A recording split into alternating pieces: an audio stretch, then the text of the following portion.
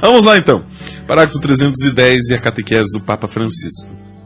O Papa diz assim: não podemos esquecer que a misericórdia não é apenas o agir do Pai, mas torna-se o critério para entender quem são os seus verdadeiros filhos. Olha que interessante isso. Não é apenas o agir do Pai. Não é apenas o Pai que é misericordioso. Também nós, seus filhos, somos convidados a vivermos a misericórdia. E inclusive o Papa diz assim, é critério. É critério para ser considerado um verdadeiro filho. O quê? Agir com misericórdia. Então quem é filho de Deus, quem é filho da misericórdia, como é que é o ditado lá? Filho de peixe, peixinho é. Filho da misericórdia, misericordioso é. Filho da misericórdia, misericordiosinho é. Não é isso? Filho de peixe, peixinho é. Filho da misericórdia, misericordioso também deve ser. O Papa diz assim, em suma, somos chamados a viver de misericórdia, porque primeiro foi usado de misericórdia para conosco. É isso que nós precisamos compreender. E aqui vem algo muito interessante da nossa natureza humana. É que quem já esteve na lama, quem já esteve numa vida de pecado, numa vida desvirtuada, numa vida de drogas, enfim, seja qual for a situação de vida, assim como o filho pródigo que esteve afastado, foi para a lama, nós também somos convidados, chamados a olharmos com este mesmo amor. Somente quem foi retirado da lama e amado como filho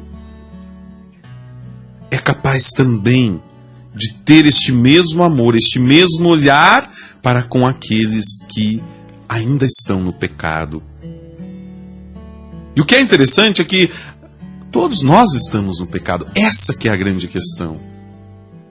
É que nós precisamos ser olhados com misericórdia,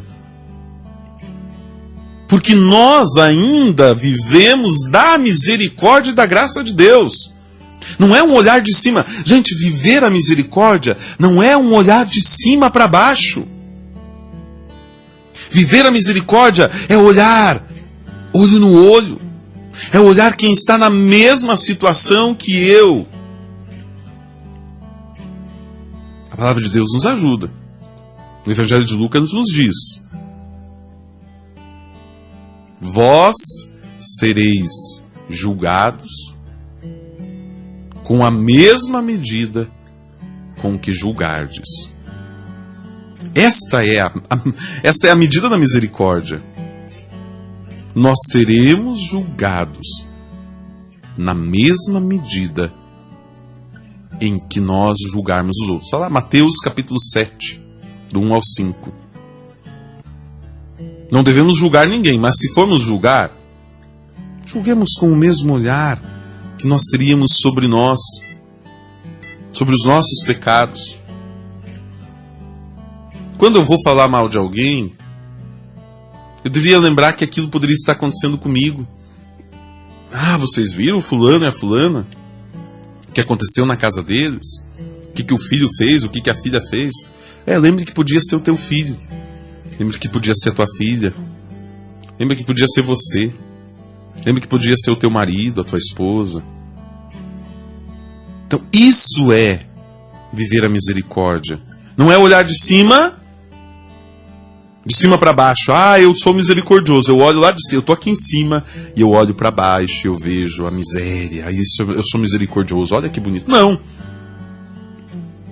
Jesus demonstrou a sua misericórdia aonde? Da onde que brota a fonte da misericórdia?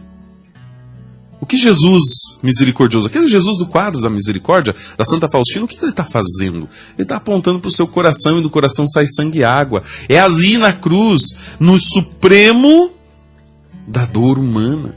Onde ele diz, aqui eu assumi os seus pecados, eu assumi as suas dores, eu me fiz ladrão, bandido, me fiz a pior das pessoas. O Senhor assume, o profeta Isaías, o Senhor assume a nossa realidade. É ali, do alto da cruz. Não é do alto do céu. É na condição humana, na miséria humana que Deus é capaz de olhar. Deus não olha de cima para baixo. Deus olha na mesma dimensão, na mesma altura que nós. É a kenosis de Deus, é o rebaixamento de Deus. Não é uma proposta, diz o Papa, não é uma proposta romântica, nem uma resposta débil ao amor de Deus, que sempre quer promover as pessoas.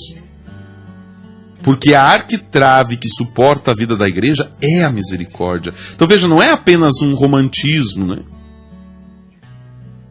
É interessante, eu já parei para pensar esses tempos. Desde que o Papa Francisco começou a falar de amor e misericórdia, é que ele começou a sofrer muitas perseguições. Você já percebeu isso? Desde o ano da misericórdia, em 2016, é que se intensificaram as perseguições e a difamação e as calúnias e a rejeição ao Papa Francisco. A partir do momento que ele assume a misericórdia como essa arquitrave que suporta a vida da igreja, é que nós vamos perceber o quanto a misericórdia incomoda. Foi o que aconteceu com Jesus. Quanto mais ele falava de amor, mais perseguição ele sofria.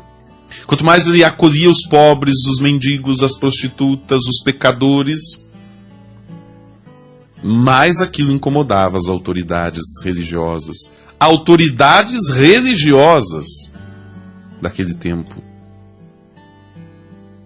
Toda a sua ação pastoral, diz o Papa, deveria estar envolvida pela ternura com que se dirige aos crentes. No anúncio e testemunho que oferece ao mundo, nada pode ser desprovido de misericórdia, nos diz o Papa Francisco aqui no Amoris Laetitia, mas citando um outro documento, que é Misericordiae Vultus. Padre, o que é isso de vulto aí? Misericordiae Vultus é a bula que o Papa fez para a proclamação do Jubileu Extraordinário da Misericórdia. Nada, gente, nada, sabe o que é nada? Nada é nada. Nada pode ser desprovido da misericórdia, ou seja, tudo que nós fizermos na vida paroquial, da igreja, da comunidade, deve ter o toque e a mão de Deus e a misericórdia. Aí o Papa diz, é verdade que às vezes agimos como controladores da graça, e não como facilitadores. Mas a igreja não é uma alfândega. A igreja não é uma alfândega. Ela é a casa paterna, onde há lugar para todos com a sua vida fadigosa. Quem não tem uma vida fadigosa, né? Quem não sofre com os desafios da vida? Quem não está cansado? Quando Jesus diz assim, né? Vós que estáis cansados sobre o vosso fardo, vinde, eu vos aliviarei. Eu fico imaginando assim uma assembleia, né? Uma assembleia reunida, uma comunidade reunida, e Jesus falando isso. Vós que estáis cansados, vinde a mim. Não deveria ficar ninguém sentado, né? Todos nós estamos fatigados. A fadiga do relacionamento, a fadiga da vida, a fadiga do vírus, a fadiga da política, a fadiga e as fadigas do pecado. Quem não está fadigado, né?